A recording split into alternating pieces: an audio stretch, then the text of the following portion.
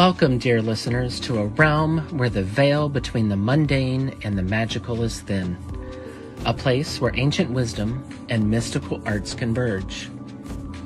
We are your guides on this journey, and together we are about to step inside the sacred circle.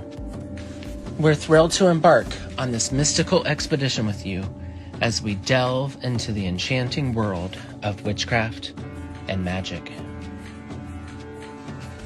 In this podcast, we'll unravel the threads of ancient traditions, explore the depths of spellcraft, and seek the hidden knowledge that has been passed down through the ages. Our sacred circle is a space where the ordinary becomes extraordinary, where the whispers of the mystical become audible, and where the secrets of the craft are revealed.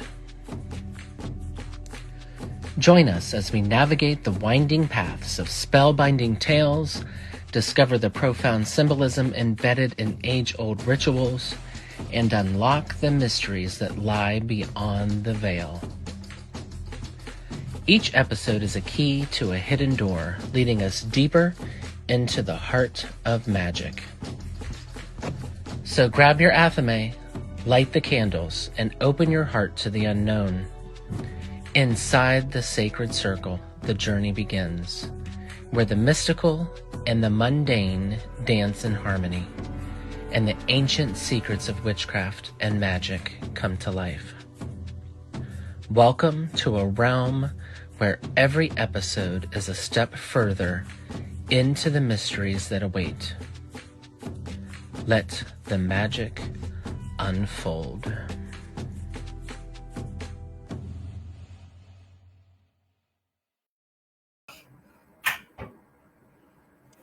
Hello, everyone, and welcome inside the Sacred Circle. This is Jim. This is Joanne, and we are so happy to be here tonight. So many cool things. Glad to hear your voice and see your face. I know you were like at death's door there for a while. I hope you're feeling much better. Yeah, much better. I don't know what that respiratory bug was, but I'm glad it's gone. And your daughter graduated, so beautiful. Yes. I loved all the pictures. Now I just want to start over with all the wisdom that I've gathered. I know. I say the same thing all the time. And I know. It's like, oh, can I have a do-over? I was thinking that. I went on a ride by the river today with Jeremy, and I was thinking about all that kind of stuff, where could I have done better and stuff? But, I think we did good. I agree. Did the best that we could with the tools and the information we had at the moment. So. Yeah, and just the crazy things going on in life, So I have my nightly pull, and it is, and interestingly enough, with our guest tonight, I pulled Guardians of the Land, which is protection. And if you know Jim and you know myself and you know our next guest, we are all about the land and, spirits of place where you are and knowing what you do. And right now it's very important because it is so easy to get lost in all the other brouhaha that's going on out there, and witch wars and solidarity and, medicine and all kinds of things. What we really need to remember is without Mother Earth, it's all irrelevant, right? Politics, whatever. And we really need to wake up. So this is a call to everyone that's watching here live, on demand, whatever, to take some extra time and just love on Mother Nature. Go sit in nature, under a tree, a park, your backyard, and just connect and just listen, even for 20 seconds. You don't have to do an extensive road trip or 18-mile hike. We're all about small, attainable goals lead to bigger results. Start small. Start with just getting and sitting outside for 15 minutes a day or 20 minutes to get your vitamin D. Even if it's rain, I love listening to the rain by the window and just appreciate everything that she has to offer us. Most definitely. We did that on Monday. We went to the Arboretum, which I always think of Joni Mitchell's song with the Tree Museum when we Oh yes, because that's what it is. I love I love my trees. And just spent time in nature. We got up to the lake, and it was nice to just hit that reset button. Yeah. I think I'll need to get close to Mother once in a while. And I know not everybody's blessed to live in places where we are, where it's so close, because, I live in basically where people, I'm so blessed, and you take it for granted, because you get caught up in life. And it's so important, right now to just connect. That's what I did over the weekend too. I spent time, we went and just sat in nature, had a picnic, and enjoyed. I am excited for our guest tonight. You had actually introduced me to Frances, quite a while ago, and I'm excited to sit down with her. But she is, of course, an initiated witch, metaphysician, as well as an author from Australia, with over 30 years experience in the craft. And we'll get to talk about her books tonight, as well as her practice that blends that old world wisdom with land-based spirituality. She's upside down in Australia, so taking that Wiccan and that witchcraft wheel of the year and turning it on its head.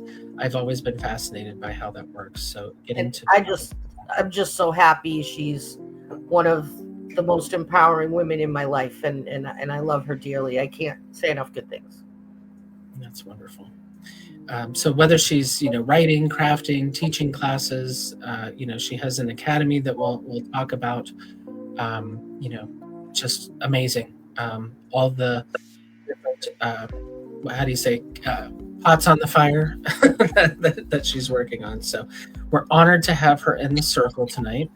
And welcome, Frances. Thank you very much. I'm feeling very humbled by that introduction. And just before we go any further, I just want to acknowledge that I'm coming to you from Kaurna country here in Adelaide, South Australia. And I always like to acknowledge the Kaurna people of the Adelaide Plains, because they are the traditional custodians of the land upon which I reside.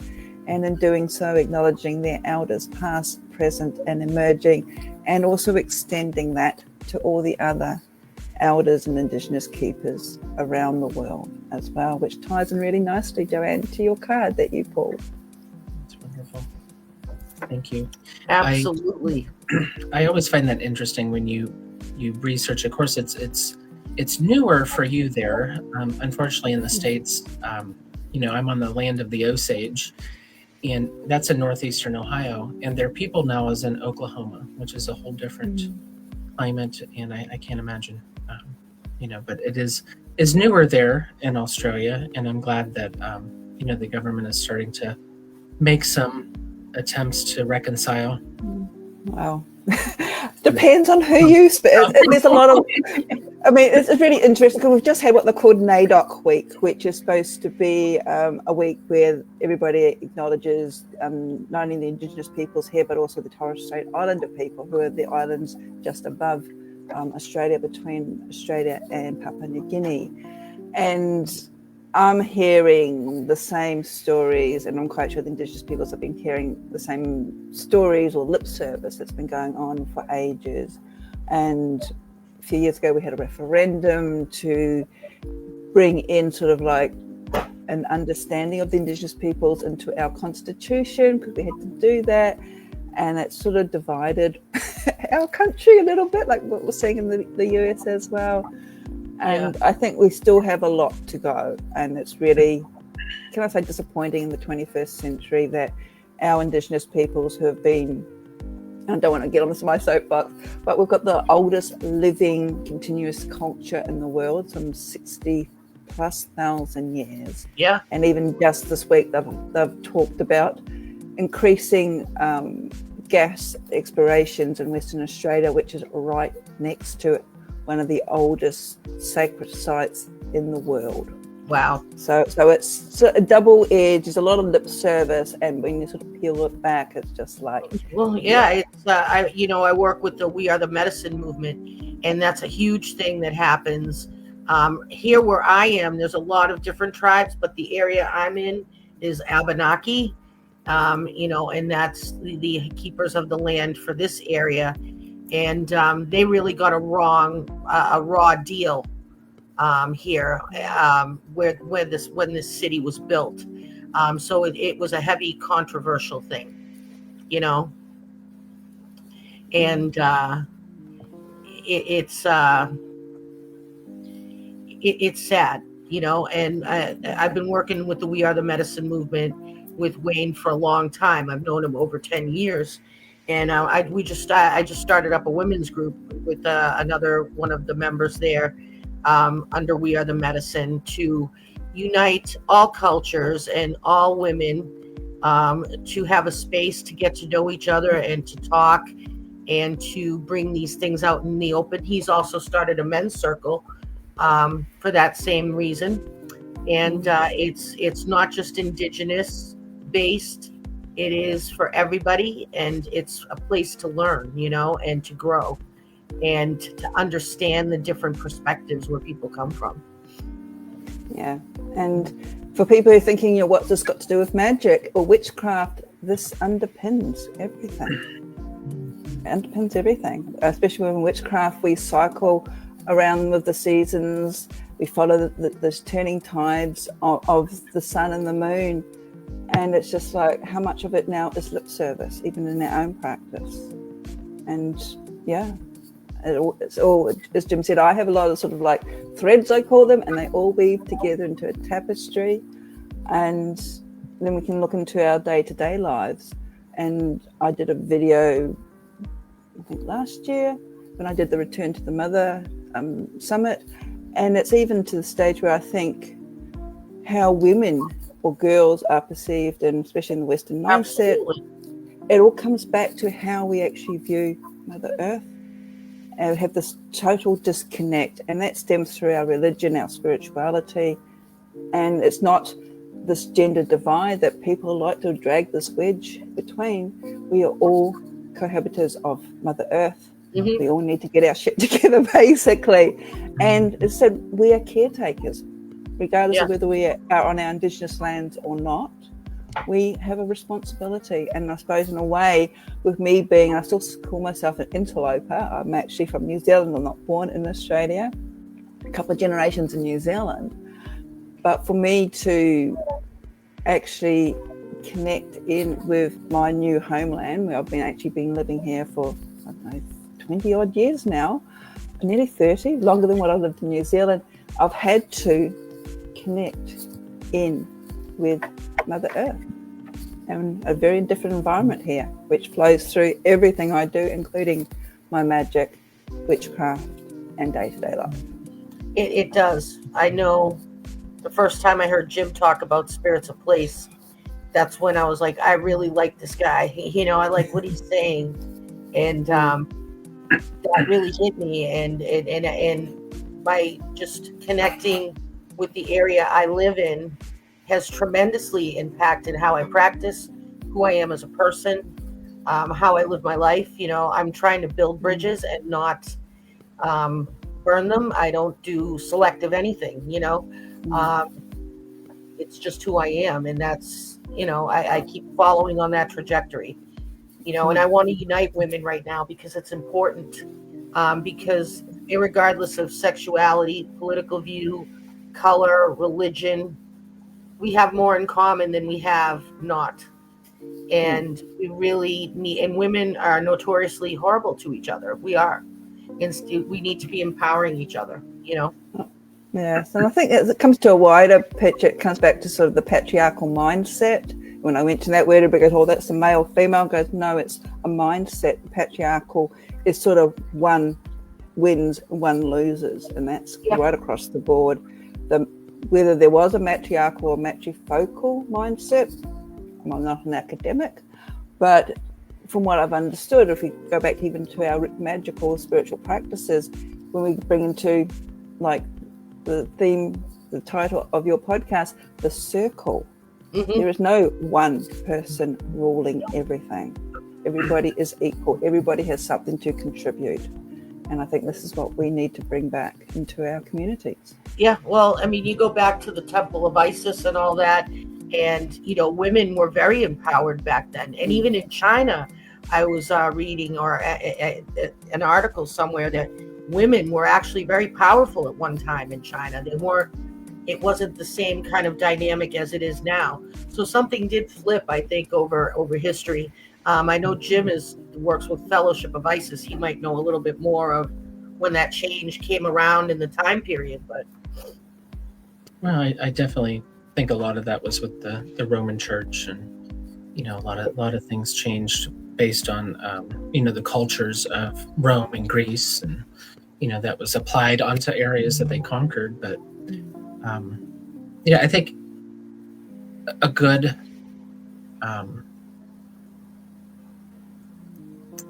you know, way of seeing, I think some of that is the change that is starting to take place. And it was effective because I think the opposition is in its death throes, and that's why we're seeing the things that are happening in the world. Is, you know, it's a cornered possum, you know, that is lashing I was thinking of a scorpion with its tail, yes. but the poison is beginning to become diluted, which is good to see. Yeah, but didn't you do? I think one of your classes, the one I took, was I don't know if it was the Dark Goddess one or the one specifically on the Morrigan, the aspects of the Morrigan, and how she was originally like a conqueror, like she went and conquered, or she did she went to battle basically. She was like a queen. She was a sovereign, you know. Yeah, there's that would have been the Dark Goddess course, and yes, when it comes to the Morrigan, the Mabu, very complex character. And again, I'm not an academic, but one of the battle goddesses, but also sovereignty of the land. And you'll find right across the board in every culture, really, you'll have these guardians of the land. And I was recently just doing a talk about Kali, who just seems to be one of my favorite queens, should I say. And if you look at how she's depicted compared with all the other goddesses or gods in the Hindu pantheon, she sort of stands out largely because of her blackness, her dark skin. And when you look into the history, and this is very debatable within academics and historians, there is a thread, a story, we don't know, that she may have been an older deity connected with earlier peoples who were of a darker skin, and the reason why we see her so violent or territorial these days is because of this. She was called upon to defend or help defend their land from the conquering people. And is there a connection with the Morrigan? And this is what I like about mythology, is the weaving of the stories. And it sort of ties in with the book I've just finished reading, Scotia by Luke Eastwood. And I'm wanting to do a little bit of a book review about it because I have an interesting backstory. But it's one of these characters in history where was she actually the oldest daughter or oldest sister of King Tut, who left Egypt and then went on to land in Ireland and then went further into Scotland, or the other way around. And this is where Scotland gets its name from, because the stories in both Ireland and Scotland talk about this princess who comes from Egypt.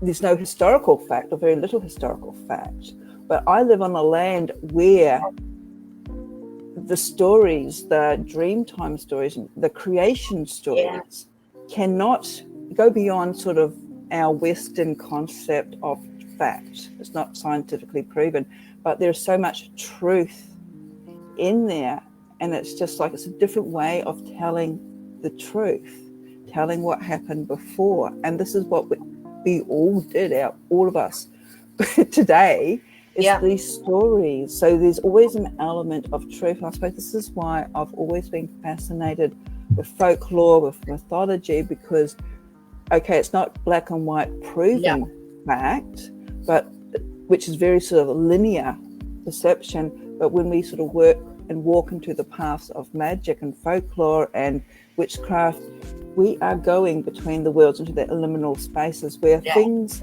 aren't defined as we would like them to be. Yeah. And it's also a technique we're losing today because we're not using our imaginations. Kids are getting shown videos, television stories, iPhones, iPads, whatever. They're not being read stories where they can use their imagination more. In fact, if you use your imagination too much, you get shamed. Yeah. So it's interesting because when you mentioned the stories, I just started doing a deep dive with someone, a collaboration, and we were studying like the creation stories of the sun and the moon and how the gender, because in some cultures, the sun is feminine and the moon is masculine. Yeah. And it's funny because we noticed, and, I talked to like Brian Kane, I asked about like those, stories, and I asked different people.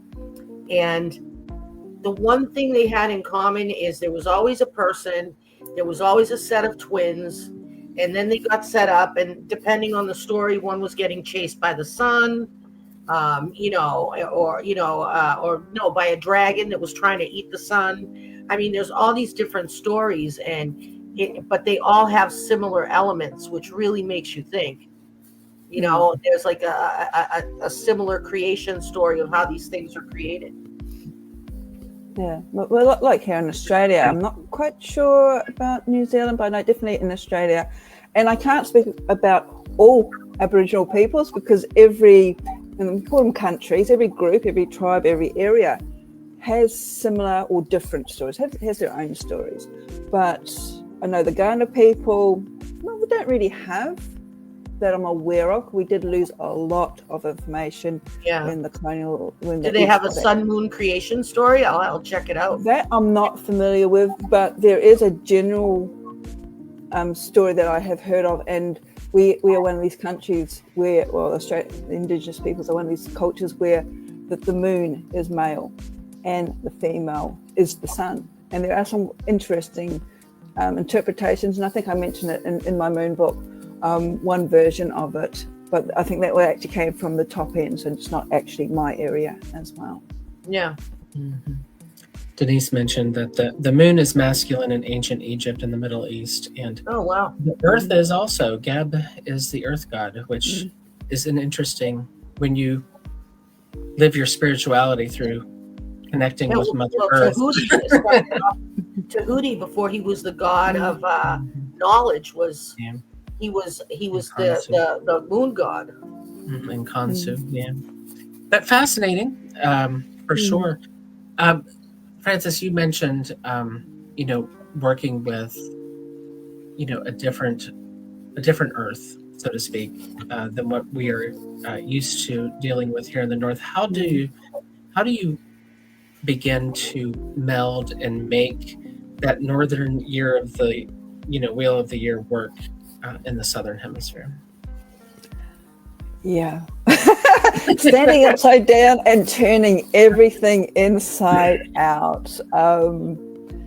It's coming back to the card that you pulled, Joanne, it's about connecting in with the land. I mean, there are, and I've written about this in my books, and I don't want to keep harping on about my books, but there's about 5 differences between the hemispheres, and I suppose the seasons is the most logical one. It's the most sort of in your face. I mean, you're coming into summer.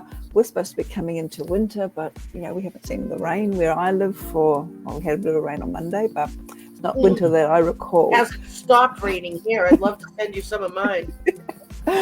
But so that's the first challenge. And then we get the seasonal festivals or the more mainstream festivals, like Christmas, doesn't fit in yet. In the middle of our summer, we have these men dressing up in these horrendous red and white suits with fake beds, and it could be 40 degrees, and it's just like, why are you doing this? But Easter doesn't fit in because we're coming into autumn, and it's just like, well, there's no hares, and at least there are because the English brought them over here. But because those holidays don't change with the flip. No. And because they are sort of like came with the new religion, which was Christianity. There's also the ongoing debate about Halloween, because that's our Beltane, and it sort of moved to these days. I don't know, Halloween seems to be very commercialized, so it's not Samhain at all. It's completely different down here. So some people do both, but it's almost like, well, what would you like to do? Dress up and be all sort of spooky, or dance around a maypole and get frisky? The choice is yours, basically. But that's probably one of the first and in your face differences between the hemispheres. The next one is that our sun moves different across the sky. It rises in the east, sets in the west, but our zenith, our peak, is in the north. And if you look at where, say, Australia or the southern hemisphere is, north to us is the equator, and it makes very logical sense. So when we do our craft, and this is something that I've had over the years, a lot of, shall we say, just debates with various peoples as to where we place the elements, and also the direction when we cast our circle, because So you probably go Widdershins, I would think. Our Widdershins is not, and I've got to think where do you go? So you would go clockwise as your Widdershins, anti-clockwise as your Widdershins. Ours is clockwise when we cast our circle, and this is why when I sort of talk or teach, I try not to use clockwise and anti-clockwise. I go with the sun and against the sun, which were the original meanings of these words. And yes, I know that they originated in the Northern Hemisphere. I mean, Widdershins, I think, is actually a Scottish derivative word, but I live in the Southern Hemisphere now in the 21st century, and I have to work with my land. So that means the directions in the circle move in a different way. There's been scientific experiments of water going down plug holes and how it goes a different way as well. Even because I have a bit of a garden, when it's actually not dead, like it is a bit at the moment, but like bean sprouts and anything that has vines will twist a different way depending on the hemisphere. That's wild. So your Widdershins is the same as our Jessel. Yes, that's wild. Okay. Yeah, and our Giselle is the same as your Widdershins, which can be like when I move hemispheres. If I want to do magic, back in the 90s, I spent some time in Wales, and I was part of a group there, a coven there. And when I was doing my own practice, before I joined the coven, I was really stuck because everything I had been taught was not affecting or aligning with the energies of the land. And I wouldn't say that I'm a very sensitive, empathic person, but I think when you sort of work in the magical spheres, you do pick up on the energies in particular. And then we have even our moon is different. The standard image of the moon with the horns pointing outwards, I call it the extroverted moon. We don't get that. Our moon is an introverted moon with her horns pointing inwards, or she's on her side. Oh, wow. That's interesting. So it is very interesting. And we also see different stars as well. So I often look at my star app and flip it to the southern hemisphere just so I can see what's down there. Can we do a field trip? Not a lot. Sometimes, I mean, everybody's talking about like the pole star, that the Earth sort of like focuses or turns around, that sort of governs us. And I think we're in Polaris at the moment. That's our North Pole star. There's actually no South Pole star because there's no stars in that area of the sky. But that's that makes so much sense though when you're talking about your magical practice. Is you want to work with the energies that are with you. You know what I mean? So if you're following our energy up here, it's not going to align with what's going on down there. The type of energy circulating there, and that's important to understand that. That was one of the first sort of like debates, should I say, excuse me, that I had with a craft elder, because she originated in England and came to Australia. And she was still doing everything how she was taught. And I queried that. And she said, it's all the same on the astral. And I'm thinking, that's all well and good. But That is I am physically incarnated on this earthly plane, and it doesn't comprehend me. I mean, I know when we do ritual, we sort of like, there's a aspect of ourselves that does go up into the astral, but I'm still a physical earthbound being. I haven't ascended that greatly. So I have to do things, and again, it comes back to me connecting in with the land as well. And taking it, I suppose, as I said, everything's on different layers.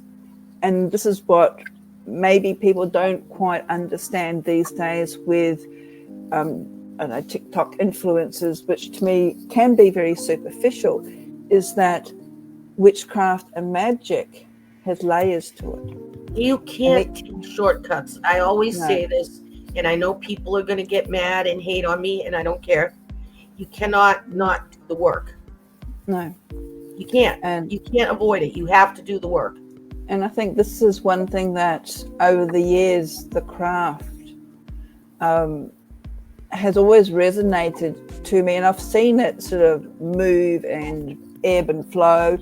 And even one of my first teachers, once they were getting into sort of debate, I like the word debate, because he was very much into the practice. Yeah. So I've always had this sort of spiritual connection. Now, that's just my extra tool, shall we say, because I've always been a spiritual person. I've always been one of these annoying little children who, why am I here? What's the meaning of life? And that could be the fact that I'm an early sign Aries. And we were talking earlier, we were moving into Aries. I'm going to have sort of I don't know, because I'm the same way, and I'm not an Aries, so I'm on the opposite end. Yeah. I don't know. I could. This is why we always end up talking for like hours.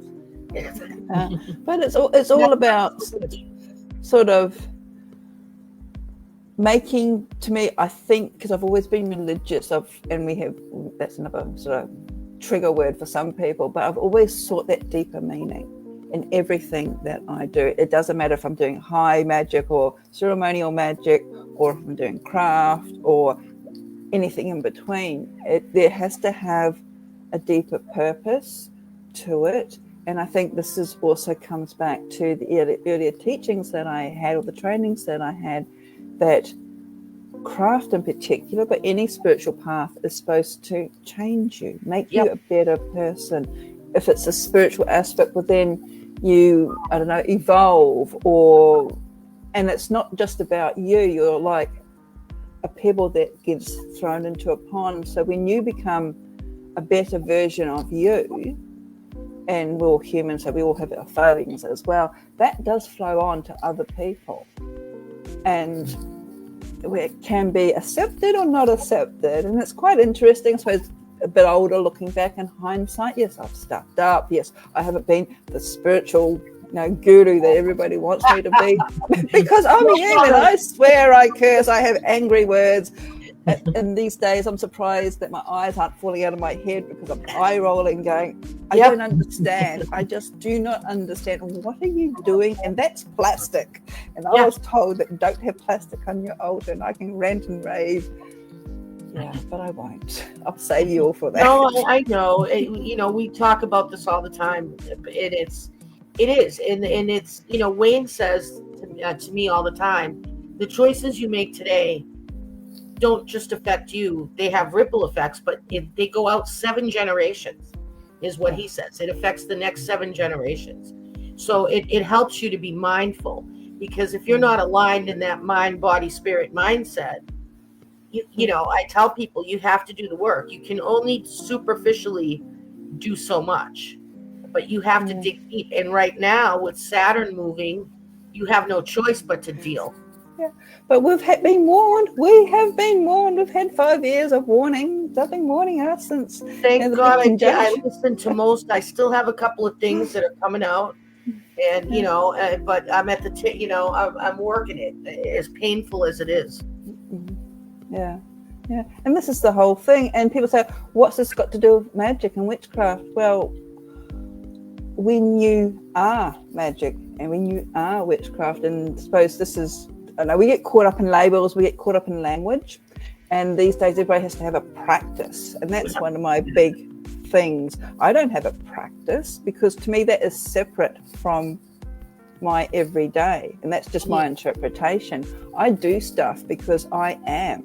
Mm-hmm. I don't have to practice being a witch or a magician. It's part of my everyday life. Yeah. And even when I'm at work, and I love my shawls. When I went to Egypt, I came back with half a suitcase of shawls. You have such cool ones. I love them. And I work in, corporate. Well, I don't work in corporate. I work in sort of government agency sort of working. And so you have to dress sort of corporate attire. Yep. So I can't be too much out there. And these days I really can't be bothered. But my shawl, my recent little purchase, you probably can't see it, has 2 foxes on it and with fly agate mushrooms in the middle. And I wear it every single day. Okay, I have it sort of like wrapped up around me. I don't know if can I take it off without knocking everything over? And I think she's actually an Australian designer. Oh my God, that's gorgeous. Yeah, I love that. Oh, Francis, And that's it's- incredible.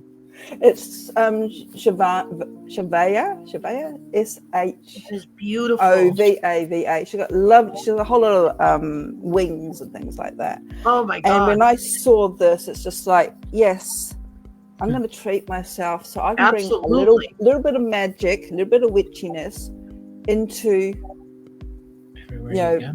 my 19th floor office Yeah. building every single day, and no one. Yeah, and that's what I tell people. It's not an aesthetic. It's the little, you don't have to do these big, huge things, That's why I do those 20 seconds of Zen videos, because people are like, when I tell them, you got to spend some time in your mind, do one good thing for your mind, whether it be Mandela, and it's like, oh, now I got to meditate and I have to do, and it's like, no. Yeah. It's as simple as just, do you have 10 seconds out of your day to just stop and breathe and recenter yourself? It doesn't have to be a huge production. And that's where I think things kind of go off kilter, because we always like overthink things, overdo things, over exaggerate things. Our ancestors weren't running around going, I need a sunstone candle holder to do this. They weren't. Yeah, and I think I said it could be because we get caught up in labels and words and interpretations these days. To me, a practice, as I said, is separate from me. So, and then when I'm doing something separate, it's like doing the dishes. I have to do the dishes. I know I have to do the dishes. And then it's just like, oh, I haven't done my dishes. I'm going to beat myself up. Or you get up the next morning and it's just like, oh my God. Dishes are the bane of my existence and laundry. And it gets to become a chore. So if I have to have a practice and I have to light my candles and light my incense and sort of cover up the fire alarm so it doesn't get set off and say my prayers, and I'm feeling crappy, it's not going to work. That's But why if I you- tried to simplify it. I'm like, do Yeah. one good thing for your brain, do one good thing for your body every day, do one good thing for yourself. And Dr. Jeremy Weiss added on the show last time, do one good thing for somebody else. And just simple things. You don't have to, you know what I mean? And that feeds you. It feeds your energy. It keeps you aligned. And are your problems going to go away? Absolutely not. My life is still utter chaos, but I'm better able to navigate it. You know what I mean? But that's a part of being human too. And I mean, I find, at the moment, each time I go out my backyard and I cry because we haven't had any rain and my garden's a nightmare. I'm the Green Reaper over here, so. But I still like going out there. I still like, if I'm even chopping back my lavender bush, or I've got I don't know, people are going to hate me. I have a white sage plant. I have sacred sage growing in my Wayne will backyard. tell you to grow more. Is what And Wayne- even, but rubbing my fingers over it, even like the lavender, the rosemary, and it doesn't need to be these fancy, exotic herbs, but that connects and ties back to what we're talking earlier. Ties me back with Mother Earth, in your spirit's nature, place. and that's where we all originate from. I might not have a certain type of plant that's available here that Jim has where he is. That's why, when he said connect with what's around you and find with what's there, like we said, our ancestors weren't going, oh, I need rue from Italy to make and no, they went with what they had, Yeah, and we've forgotten about that. But Jim's the herbal expert, so he knows more about the herbs and the properties of herbs than most of us do. Yep. Well, and you talked about, your practice and how that sets it aside as something separate. But I think all of us, in talking about gardening or being in nature, just putting my shovel in the soil is part of who I am and the way that I do it, mindfully, and when you separate something from what you do, then it becomes a chore. It becomes something, one more thing that you have to add to the list. Yeah, there was no Amazon. So, Frances, I did post your book for anybody who might be listening from the Southern Hemisphere, The Dancing the Sacred Wheel. The Sacred Wheel.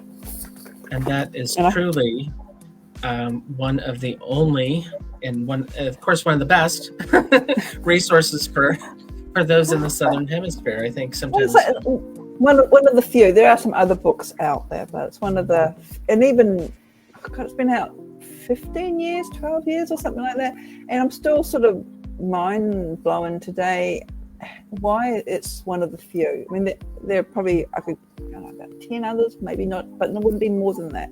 We get sections in other books, but not specifically. And now I feel my book is a little bit outdated because where I was when I wrote that, and that took me 10 years to write. So we're going back and keep going back down the timeline. I was in a different place to where I am now, how I relate to the earth. But again, it is about looking. Here's what I do, but I am living here, like in the bottom of middle south of Australia. I'm not in New South Wales or Queensland or in the middle of the country. And this is something too that I've always been curious about, you Northerners.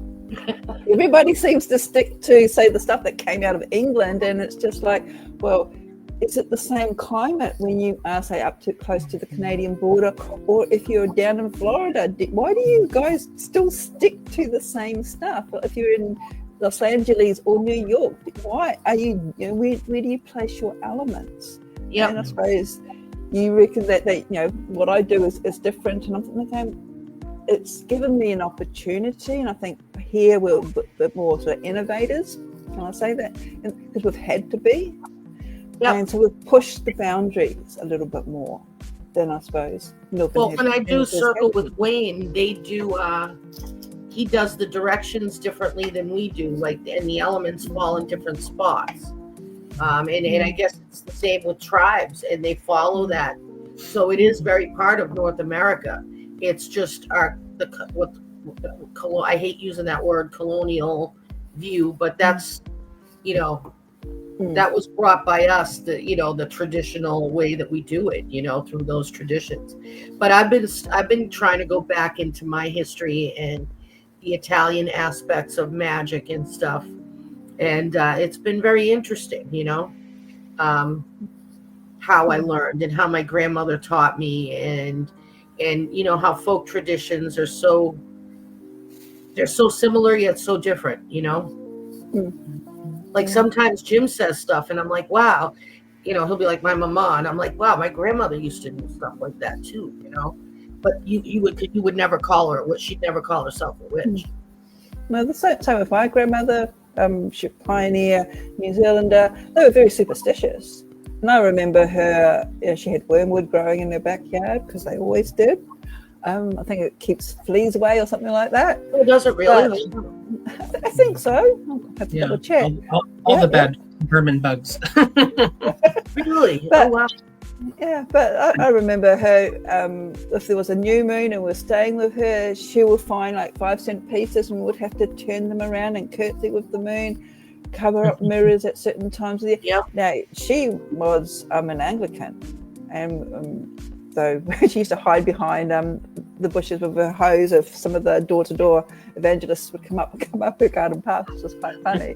But she was buried as an Anglican, so you would not call her a witch. And it was just part of that generation. They lived very close to the land. They had to, because she was a pioneer family, they were within half a day's horse ride from the nearest doctor's surgery. So if you were sort of like cutting back the grasses or everything with the scythes that they used to have, and you cut yourself, you needed to know what herbs or plants were local to patch yourself up so you didn't bleed to death before you got to the medical assistance. To this day, when I see a hearse drive by, I look for metal to touch, because my nonna used to be toca fer, you know. So I'm always looking for something metal to touch. Touch iron is what she was saying in Italian, and people are always like, "What are you doing with that?" And I'm like, "It's just something I've done since I was little." When you see a funeral procession, protection. Yeah. I don't know if it's protection or to honor their spirit or however it works, but I do it religiously. I'm not chancing it. Frances, you talked about your work with trying to blend, the craft of the Northern Hemisphere and make that work in the Southern Hemisphere. But you have another book out as well talking about divine masculine, and that is in your book, Call of the God. Yep. And that really explores the divine masculine, but perfect. So how do you work with both masculine and feminine energies and keep them in balance? Oh, well, first the book came out of a friend's comment at the time, as it was early 2000s, of everything when the goddess sort of was everywhere. And he made a comment, well, where's the god? And my craft has always been the sacred balance. Though the goddess is sort of like more out the front. She is there because there's the God holding space. And I think this reflects back into more of Indigenous cultures. That's for women to do the women's work, which is the healing work, the caring for the earth. The men held the space. They were the protectors. They were the guardians. And I see that very similar to my own craft, my own practice as well. And I think a lot of people coming to the craft or paganism in general often come from Christianity or an Orthodox religions, and they have sort of a very fractured or traumatic view of the masculine. But I suppose in a way I never have. I grew up in the country.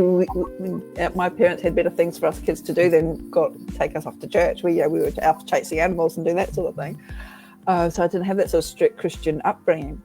But I sort of, and then it ties in with my interest in metaphysics and pseudo-psychology. I'm not a psychologist either. But Jung talks about the masculine and feminine, the anima animus. We look at the Taoist symbol of the yin yang, and that, I think, is a fantastic symbol because it reminds us that within every masculine aspect there's the feminine, with every feminine aspect there's the masculine. So we have the dark side and the light side of the mountain, and that's within us as well. So when we want to sort of change our external world, we have to look at our internal world as well. The Hermetic principle, as above, so below, as within, so without.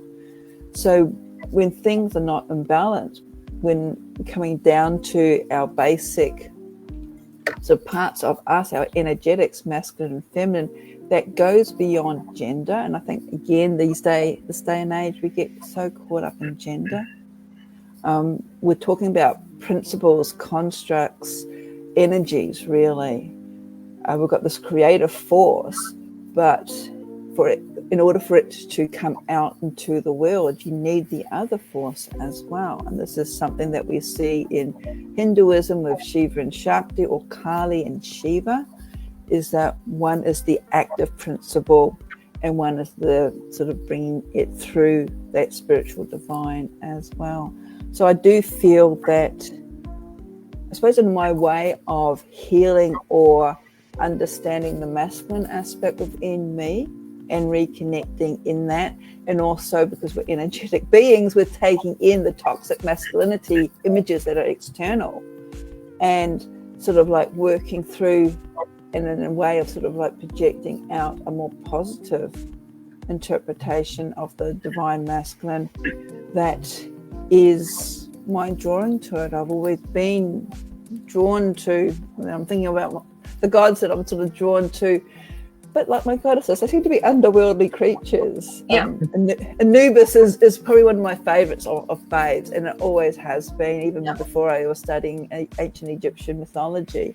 I've always been drawn to him for, I don't know what reason. He's always sort of like that sort of psychopomp, that sort of underworldly, but he's also the healer. And I think his message is to sort of heal us, but in order for us to heal, because he's the sacred embalmer, we need to go on that underworld journey, and also to rest, like Osiris. We have to rest. Yep. I'm a big fan of Tahuti, so I get it. Yeah, but and so I think it's just a part of us. And what I liked about it's an anthology is that I had a lot of women contributing, talking about their experiences with the divine masculine. And we saw the rise of the goddess movement, a lot of rejection of the divine masculine. And I think we've got to a stage now where we need to realize that, yes, there is toxic masculinity, but there's also toxic femininity as well. There's extremes in everything, and I think we lose sight of that.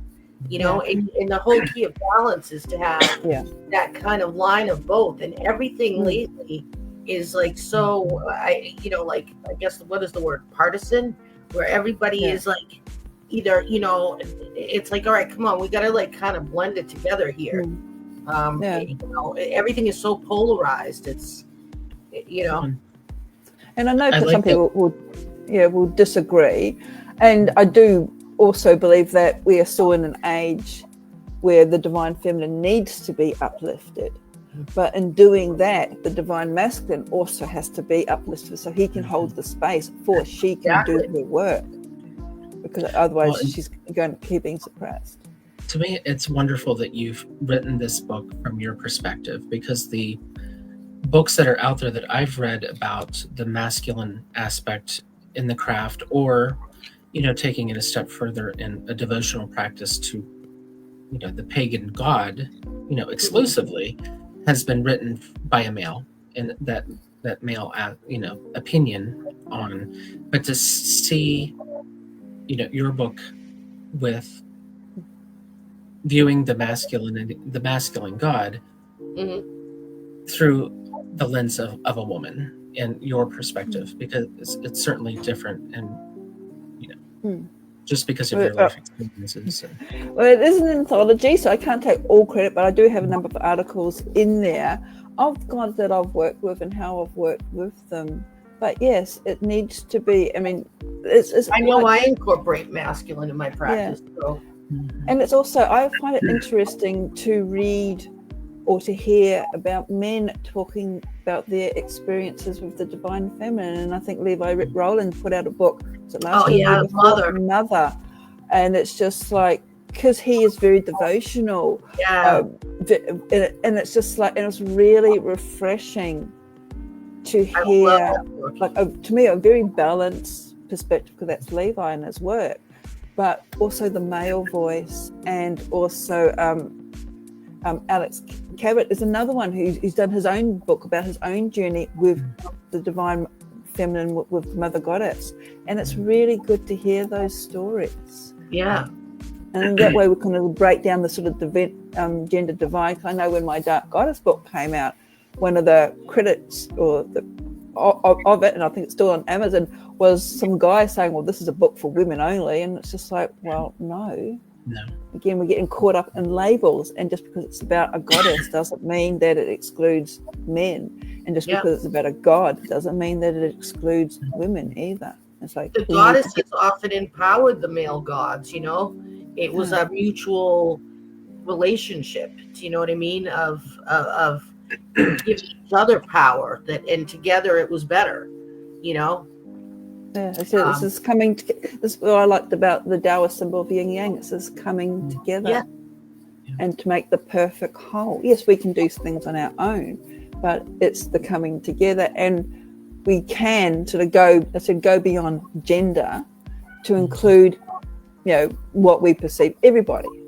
It's that coming together, because we have these aspects within all of us as well. So Well, our own personal journeys too. I know myself, I've come full circle. I was under the abusive,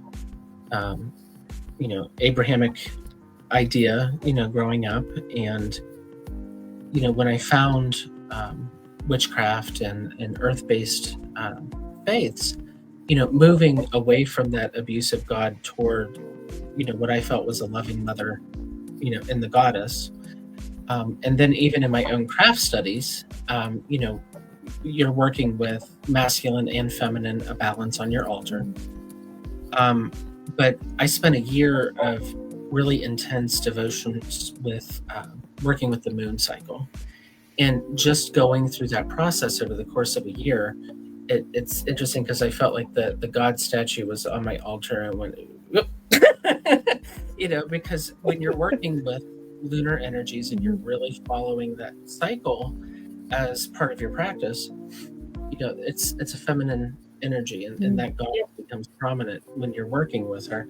So I felt like the God fell off the altar. Well, now, I've picked him back up again, and I'm, working with both energies on the altar again. But it's really that cycle of forgiveness for the untruths that we were told as children, and being afraid of that patriarchal deity, but then moving past that and being able to add masculine on the altar again after trying to move away from those ideas, and realizing that they're not the same as well. Yeah. And again, as I said, I still feel that the goddess needs to be up there. She and if we want to call hierarchy, if we just look at basic biology, and this can be debatable as well, it is the female is the creator that brings forth. And I think she's an astrophysicist, Jude Caravan. She talks about, and we hear about the Big Bang, which is very sort of masculine, hard sound that created the universe. Dr. Jude talks about the big breath, like it was sort of, and it's like this sigh, this breathing the cosmos into being, which to me sounds more feminine, more softer, but it doesn't sort of dilute any of that empowerment, that sort of importance. But why does everything have to be hard? And again, it's shifting our consciousness, shifting away from that sort of matriarchal, linear, hard conquering. And to me, I suppose, of my interest in pseudo-psychology, it's like seeing all the interconnecting threads, the languages that we use, how we use the language, the words, even the sounds. So when we've got all the sort of like hard, and if we turn it into something softer, we soften. We then connect on a different level. And I think we will be connecting more with the divine feminine as well, removing the sort of perception that it's weak when it's not.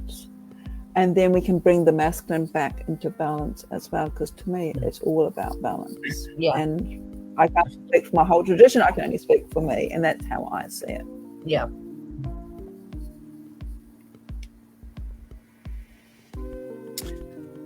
So, we've talked about historical, we've talked about present, and of course how the world is changing.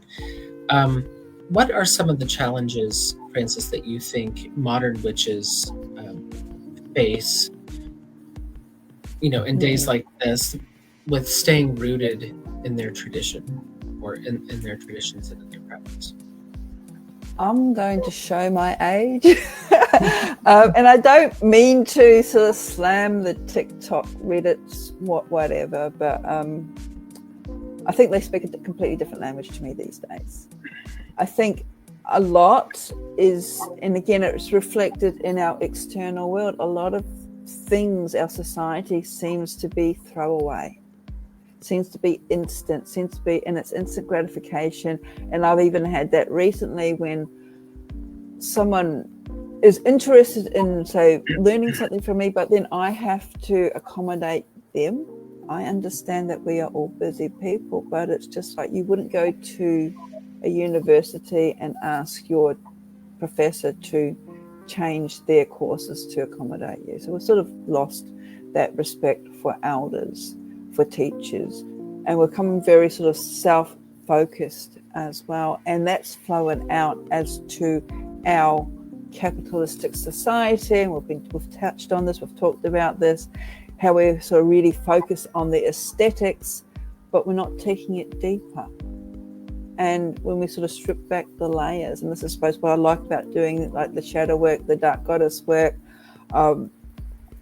even when we tap into the wheel of the year, I mean, I'm literally coming into winter, so it's a shedding time. It's sort of like a decluttering. I'm also getting to that stage too, where I'm feeling I need to sort of declutter and get rid of things. And it's finding that authentic truth, even though I don't like that word these days because it gets bandied about. But we've got so much stuff, so many distractions happening out there. And I think that's a big problem with, say, witches coming through today, looking at their practices, because everything's on show. Look at my altar, look at this, look at that. Everybody's an instant expert, whether they have any knowledge or not. Everybody, I wouldn't call them one-hit wonders, but I know a couple of years ago I did a course in NLP, Neuro-Linguistic Programming, and it was interesting, but I found what was more interesting was that every second person in that next year was coming out, life coaches, I will help you change your life. And I'm going, I've heard that script before. Yeah. And then I'm one of these sort of, I know, grumpy old cows who are saying, well, where do you get that experience from? How long have you been doing that? And it's not just doing 10 years of school and I can't practice. Come on. But it's all superficial, instantaneous stuff.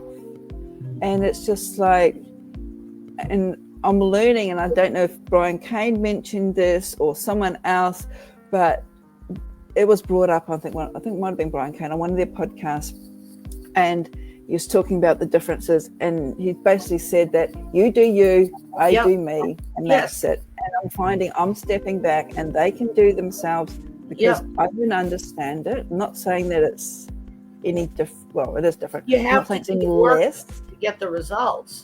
But it's just like, what is the change? You're out there catching your moon water, which wasn't a big thing back in my day.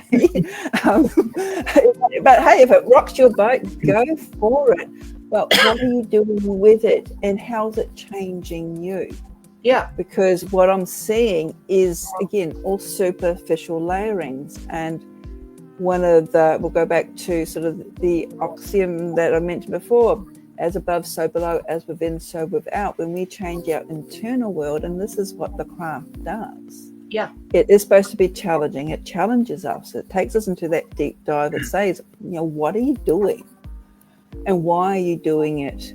And then how does that change your external world? And what I see is everybody's wanting to change their external world that we don't have any control over. Well, it's all like, that's where you get this pop psychology and all these bullet point things. And it's like, and then I always love when they repeat the DSM to me. And I'm like, I know the DSM. I had to study it. I know the definition, but can you tell me how it applies? And then you get silence. It's like, okay, so I know that definition and I know what it entails.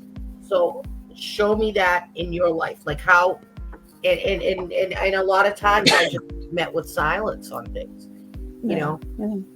And it does reflect our society. Our society is filled with instant stuff, instant phones on our blinking watches now. So we're constantly on call. We're contactable 24 hours a day. We've got we can go into the whole health issues as well with the LED lighting, how it's not dark lighting. We have a problem with dark skies. We don't see the stars anymore. Mm-hmm. This is affecting our own biological selves, so that we don't get the melatonin. So that's when our body rests, which ties in with our corporate society, because if you rest, you're not productive. And then they wonder why people get stressed and burnt out and anxious and depressed, and then it comes back to that very first card, Joanne, connecting back with the earth. I tell people what you have inside is what's going to manifest in your outer world. So if you are holding all that stuff in and not working through it, it's going to keep mirroring back to you, you know. And I was talking earlier tonight about that with somebody. I'm like, you know, I was talking about Mark Lyons, and I'm like, he taught me that way back in it was one of the first things I learned in my studies was, you know, what you don't address will repeat. Yeah. And he used to say that to me, and I'd get so frustrated. I'm like, what we don't deal with will repeat. And I used to be like, I'd get so mad, I'd fight him on it. I'm like, well, he'd be like, you know, until you address it, it's going to keep happening, because you manifest your outer world is a manifestation of your inner self. And I firmly believe that, because Frances, if folks want to, Frances, if folks want to find you online, website, do you have what is your website? I should have asked you. I'll put links in the chat. Okay. I'm sorry. That's right. This is the role of the seeker. Seek. But no, I suppose my main business, if you want to call it, is the Mystical Soul Academy. So it's all one word, mysticalsoulacademy.com. But then I do have, because I've got lots of threads and lots of interests, I do have a more witchy site for the Temple of the Dark Moon.com, which is sort of more about what I do in the Southern Hemisphere.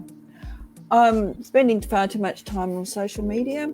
So you can find me on social media, on Facebook, Instagram. I even have a YouTube channel where I'm doing the Magic in You series, where I sit down and talk to people who have magic in their lives.